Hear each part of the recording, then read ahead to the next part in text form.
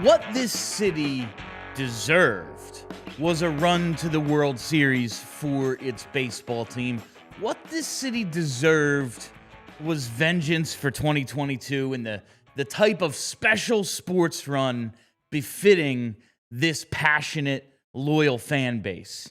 What the city deserved was multiple parades in one calendar year, but what it got was disappointment yet again. But perhaps what we need now is a true underdog to rise. What we need is a team that has been irrelevant for over 10 years to reappear and remind us we're not about $300 million payrolls or diva wide receivers or everybody having their own show. No, we're about doing it when we're counted out. When the odds are against us, when absolutely nobody believes, we're about determination and we're about grit. We're about the orange and black, baby.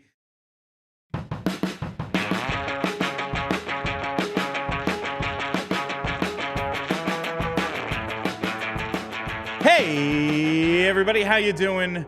Well, that's good. Welcome to Philadelphia, presented by Bet Parks. My name is Bill Matz. I'm your director of fun and games for the afternoon. Joining me live in the Xfinity Lounge, it is my producer and host of the PHLY Phillies program. It is Tyler Zulli. What's going on today, Tyler? Is that what a win feels like?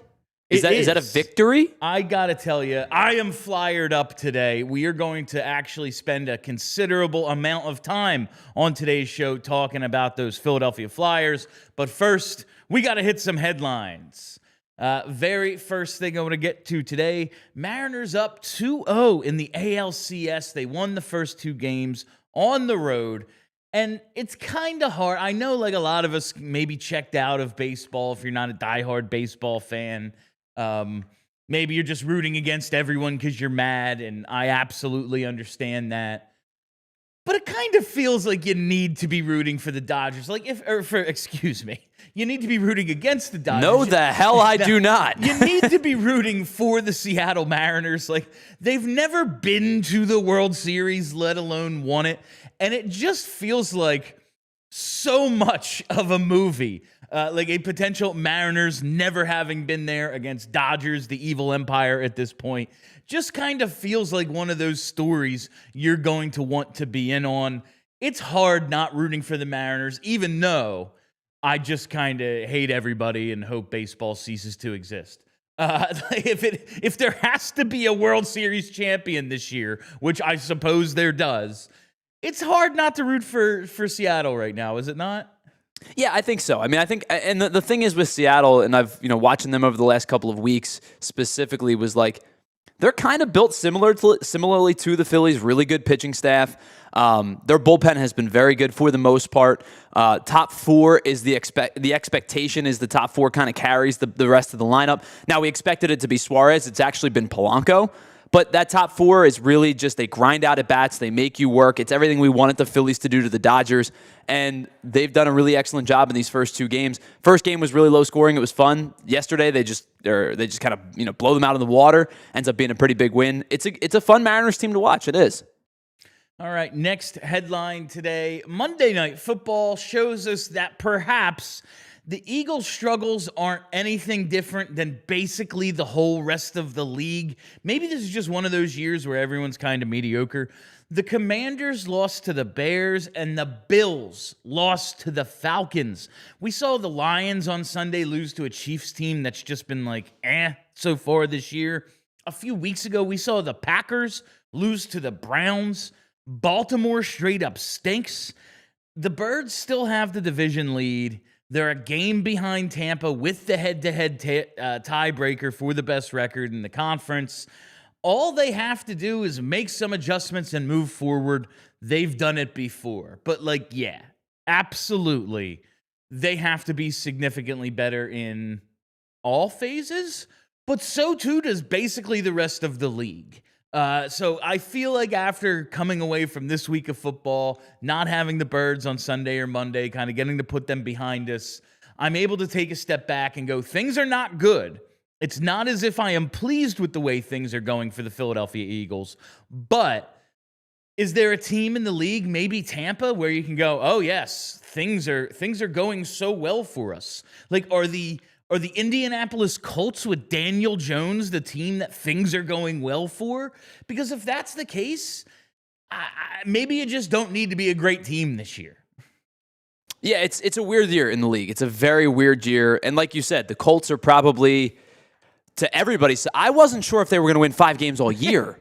And here they are at 5-1. The system has worked. Daniel Jones has played well. They're just like trouncing teams. They're routinely getting up into the high 20s, the 30s, some games into the 40s. It's one of those weird starts to the year where I think if you can survive, and I'm not just talking about the Eagles, I'm talking about a lot of teams, right? If you can survive into the middle portions of the season, where the bad teams will eventually start to show that they're bad, you cut off 8-10 teams right there.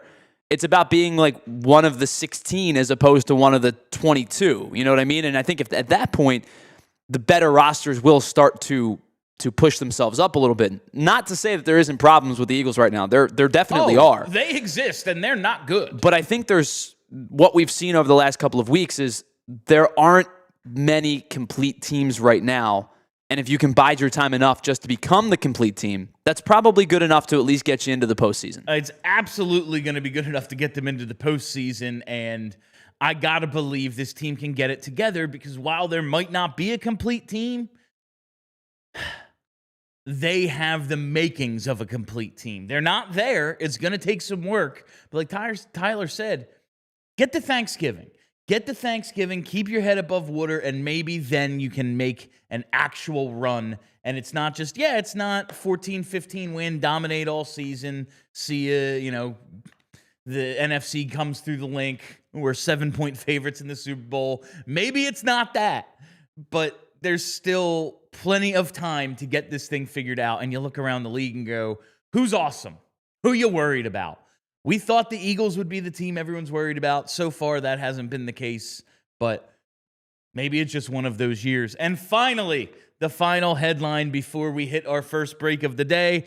The Philadelphia Flyers are 1-0 in the Xfinity Mobile Arena era. That's right. The curse of the Wells Fargo Center is gone. Rick Tockett's first win, Dan Vladar's first win, 4-point night for Sean Couturier. Trevor Zegras looks like the star we hoped we acquired, all in the first game played at the Xfinity Mobile Arena. Yes, changing the name of the stadium, I realize, may not seem like that big of a deal, but look at what's happened since they changed the name last time. It went poorly. Maybe this means things are on the up and up. We have a bunch more Flyers I want to talk about last night's game on the other side. But first, got to tell you about our presenting sponsor, BetParx. Whether your favorite team wins or not, there's always another way to win on the BetParx online casino app. You got to check out their new games like Huff and More Puff and the BetParx exclusive Fireblaze Sky Queen. It's the only app I ever use to play all my favorite casino games right in the palm of my hand. When I say all of them, I mean all of them. We're talking blackjack, we're talking roulette, craps, poker, baccarat, and hot online slots like Cash Eruption, 88 Fortunes, and Cleopatra. They have slots based on your favorite streaming shows like Peaky Blinders, Walking Dead, Squid Game, and some nostalgic favorites like The Goonies as well. And right now is the time to get in because new users get up to $1,000 casino bonus back if you're down in the first 24 hours. All you got to do, go to BetParx.com and download the app to enjoy all the action and excitement from the casino at your fingertips. You must be 21 and in PA, Jersey, Maryland, or Michigan for BetParx. You love to play. You play to win. You bet. BetParx. Gambling problem? Call 1-800-GAMBLER. All right, whether you're planning on watching postseason baseball like it's last night and tonight, you're thinking about watching your hometown hockey team win their first game of the year, whatever it might be, if you call yourself a sports fan, you have to get Xfinity. Don't worry about lagging or buffering, switching between apps, trying to find the game. You claim you're a big sports fan, well, show it. Don't get fan-fished with a less than stellar product. The best product available comes with our friends at Xfinity. You can watch the best games and your favorite teams all in one place. It's the perfect fan flex, and they've got all the action for you right in your living room. Plus, with their best picture and sound enhanced with 4K, it's going to feel like you're at the ballpark, the arena, the rink, the field, whatever it might be. You don't have to worry about battling traffic to get out after the game ends. And sometimes you can have 4 games going at once because why not? You can. And on top of that, you get real-time notification and live stats right on your TV. It becomes the best seat in the house every single time. So next game day, make sure that big fan in your life, maybe you, isn't a big fail. Learn more at Xfinity.com. Xfinity, imagine that. I'm going to talk about the Flyers in just a second, but I just saw this comment from Filthy F. McNasty, which is hilarious. And the Ravens just released a few minutes ago, CJGJ. This guy seems like such a pain in the ass. Maybe there is a reason, but I just saw this from Adam Schefter. Ravens are releasing safety Chauncey Gardner-Johnson after the safety's agent, Kevin Connor, and Ravens officials came to an amicable mutual decision per Connor. Didn't this just happen? I honestly, I want to bring him back because that would be hilarious. If it's like maybe the only place he works is here, or maybe it would just really set a fire to a locker room that's on the brink. We don't really know. But this guy, man, he can't stay in one place for any amount of time. And I realize it hasn't worked elsewhere, but whenever he's with the Eagles, he's really freaking good. That's just very funny to me. All right. But that's enough Eagles talk for today because quite honestly, I am in too good of a Flyers mood because you don't always get the hero you deserve. You get the hero you need. And those right now are our Philadelphia Flyers. Yes, look at this. Trevor Zegras high atop. I'm going to guess that's one of the Comcast towers. And we have the bad signal. That's great stuff. But yes, our hockey team is only 1-1-1. They are hockey 500, 3 points in 3 games. But I think they have shown us a little bit of something through these first 3 games. The opener in Florida against the defending champs, they played very tough. They hung with them. Same thing in Carolina. It seemed as if they'd won that game in overtime, but unfortunately, nope, goalie interference comes down the other way before we can get to the shootout. They get a point out of that. And last night in the home opener, we see the Flyers battle the Panthers and defeat them. They get out to the 2-goal victory. They give it up. They give up a shorthanded goal. They give up a power play goal early in the third. But they have the wherewithal. They have the intestinal fortitude to stick it out and come away with a 5-2 win on the back of one of the best plays a Flyer has made in a long time, the Trevor Zegras assist. I wish we could show game footage. We're not allowed. If you haven't seen it, go check it out. Battles through 2 guys coming in on him, gets the puck onto his backhand, dishes it into the slot. Sean Couturier buries it for the game winner. Flyers had a couple empty netters, but I am just feeling good about a team that looks competitive, that is getting solid goaltending, which has been such an issue for the last few years, especially. I know, like the joke, we've been looking for a goalie basically since 1975. But you look at these numbers thus far, and even Sam Ersson in his one start, yes, he takes the overtime loss. He gives up the 4 goals. .897 isn't awesome. Last year's league average save percentage was around 900, so he's basically there. But you look at the expected goal numbers, almost 6. He had a hell of a game despite the raw totals. And what Dan Vladar has done, giving up 2 goals in each of his games, really giving this team a chance. Listen, it's 3 games. I'm not going to get ahead of myself. I'm not going to say this team is playoff bound or they're going to be better than we expect. But why not let our imaginations run wild a little bit? We have been hurt recently by our Phillies. The Eagles, yes, we are coming off of a Super Bowl, and it is the complaint of the privileged to go, guess we're not going to be a dynasty. But it just, I think we all had our hearts set on that. And now maybe we can turn a little bit of attention to the Flyers as this rebuild does appear to be going in the right direction. Now, there's plenty of negative stuff going on or questionable things. What is up with Matvei Mishkov? Hey, Travis Konechny also has like 4 goals in his last 47 games. What's going on with that? But despite that, their 2 best offensive players not producing. Team is playing well. The team is producing chances, and I am excited to watch the Flyers again this season.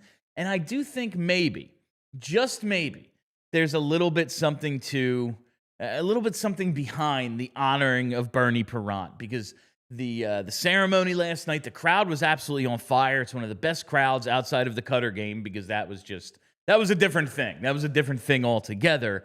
That was one of the best crowds I've heard down at that arena in a long time. And you see their player of the game ceremony this year. We've seen hats and chains and belts and different things. But this year, they're honoring the player of the game with a Bernie Parent mask. They had the patches on last night. I believe they're going to keep them on all year. They have the ice with the number 1 painted.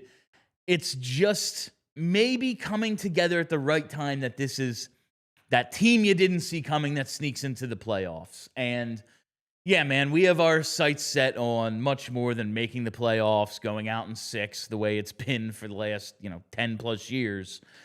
But it does feel good to feel good about the team again, and that's what I'm thinking the day after beating the Florida Panthers in the home opener. Yeah, I think that our expectation, you heard Danny Briere talk about it in the offseason, was him and Hilferty and all the guys, and the expectation was like, maybe we're a playoff team, maybe we're not, but the things that you should expect from us are a more dangerous team. And when I say dangerous, I mean like when you see the Flyers on the schedule, you don't just immediately chalk up the W.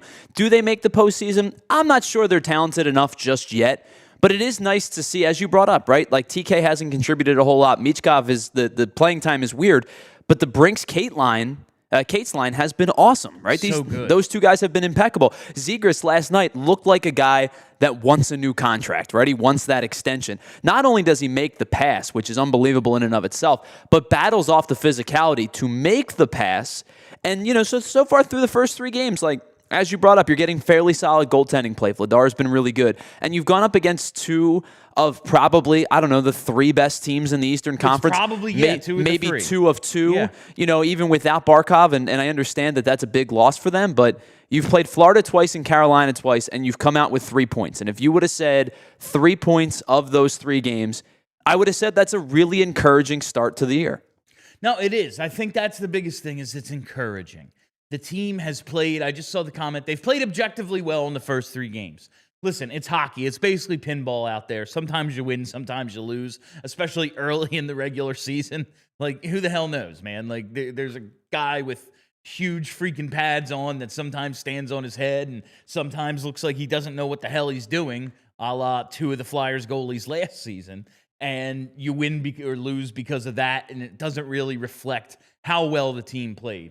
But I would say overall, the team has played objectively well in this first week of the season, and I am looking forward to that continuing. I don't know if it's Rick Tocchet. I don't know if it's because these young guys are finally starting to develop. We're starting to see some real chemistry with that Cates line that started December last year and has just rolled ever since. Every guy on the line has 3 points through 3 games.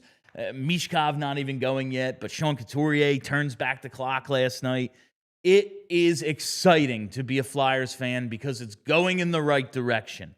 And man, for a long time, it was just stuck. Well, and I think that just stuck. That bell curve is starting to finally come back up the other way. And I think that is the encouraging part, because when you do hit the rock bottom portion of a rebuild, no matter if you want to classify it as a rebuild or a retool or whatever corny phrase you want to use, it is a rebuild. They're starting to hit the upward trajectory. Now, they still have to make sure that some of their young guys progress and some of their draft picks hit over the next few seasons.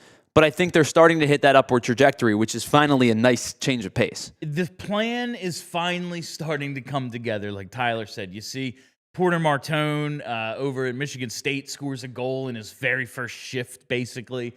Like little things like that. Some of the second-round picks from last year, it's like, ooh, maybe we got some good value there. Jack Nesbitt, a questionable pick at the time this past draft, shows up at camp, and it's, this guy can play. Like, he needs to learn to skate a little, which is huge. But listen, it's not like Matt Tkachuk is the best skater in the world, and he's one of the best players and the best teams in the league. So, like, it just feels like things are starting to come together.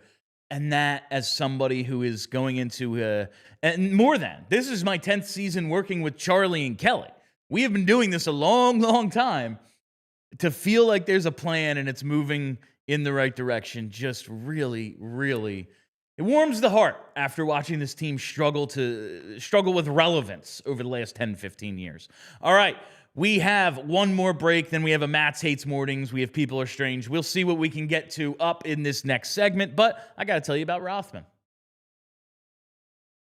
Whether it's a sore knee, stiff shoulder, or nagging back pain, Rothman Orthopedics is here to help you get back to the life you love.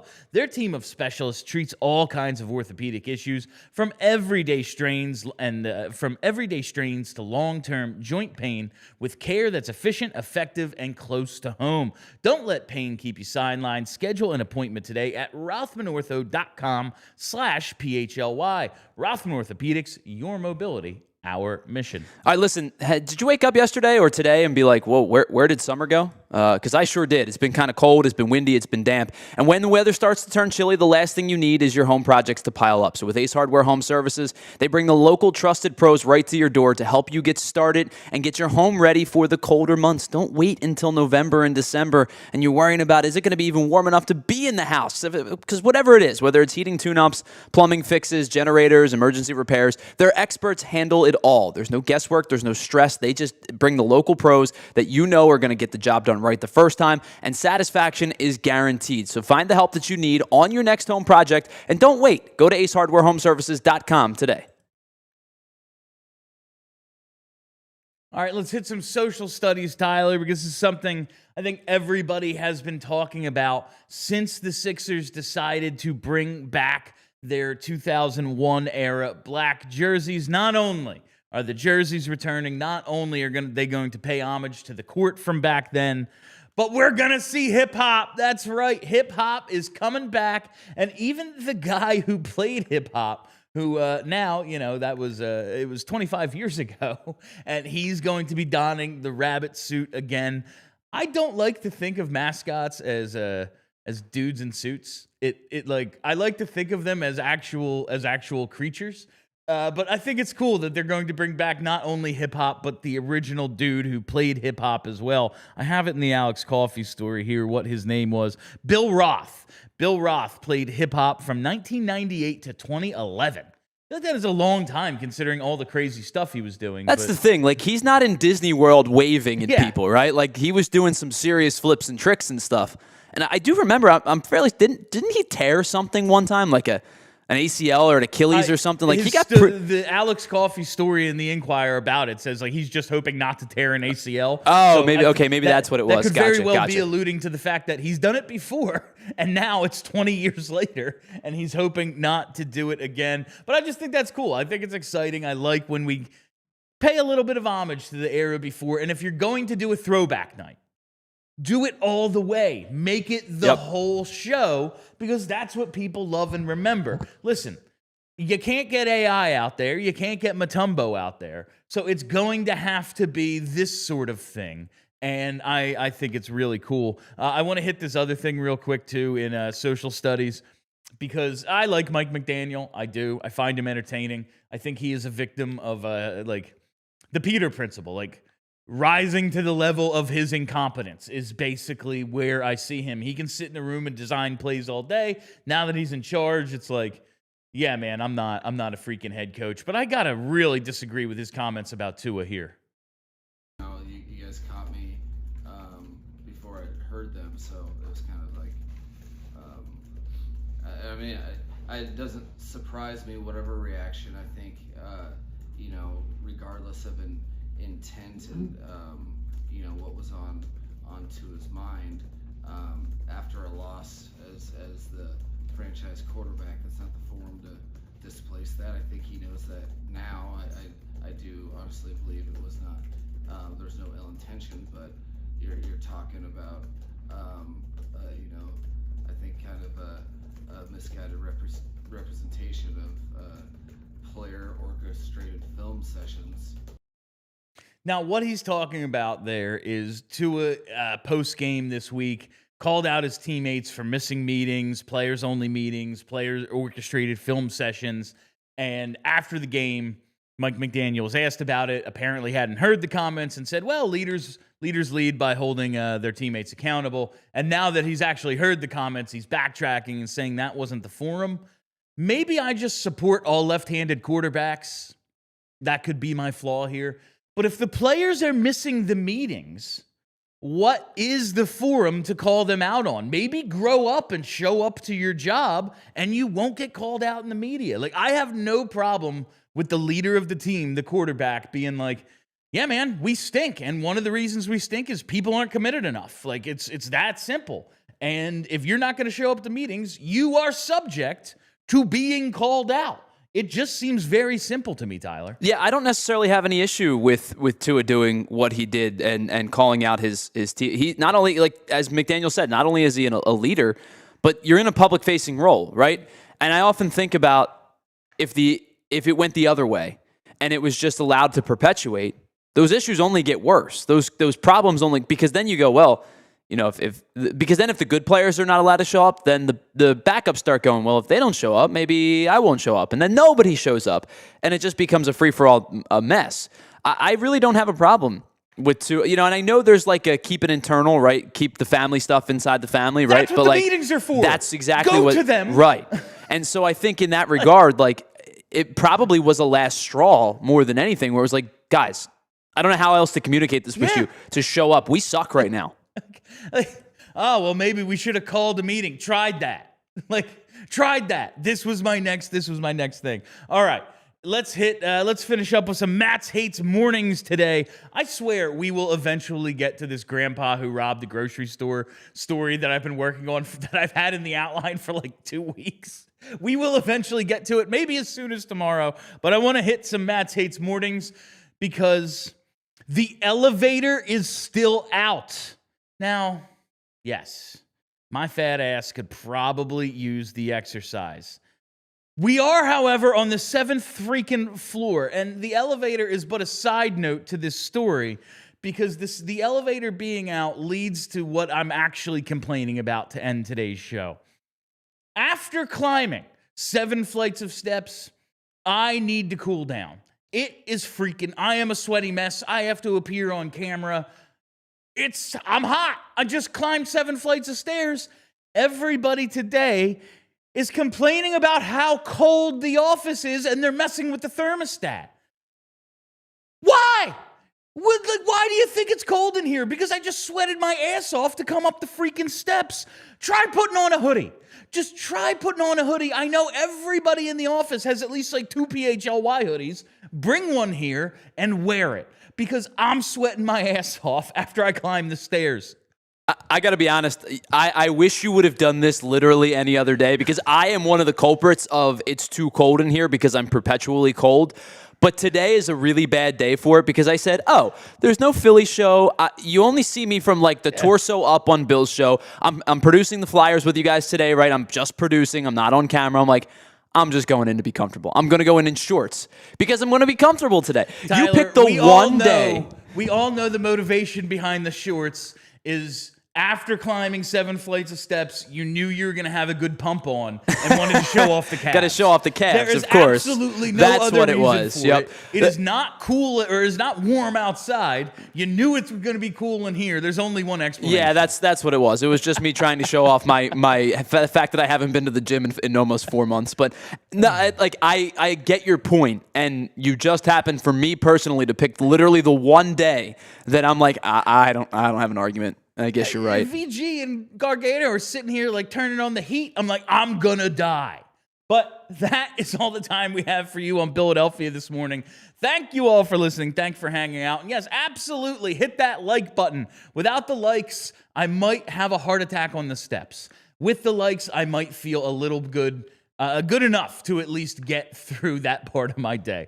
Make sure you're following me. Just follow the YouTube. We're over 50,000. We're on our way to 100K. Make sure you are one of those next 50,000 to follow us. Follow me on Twitter at Philadelphia PHLY, and search the show on any podcast platform. Just search Philadelphia. All right, that is it for me. I am Bill Matz. Thank you to Tyler Zulli for producing. Till tomorrow, be excellent to each other. We all silly like the mayor.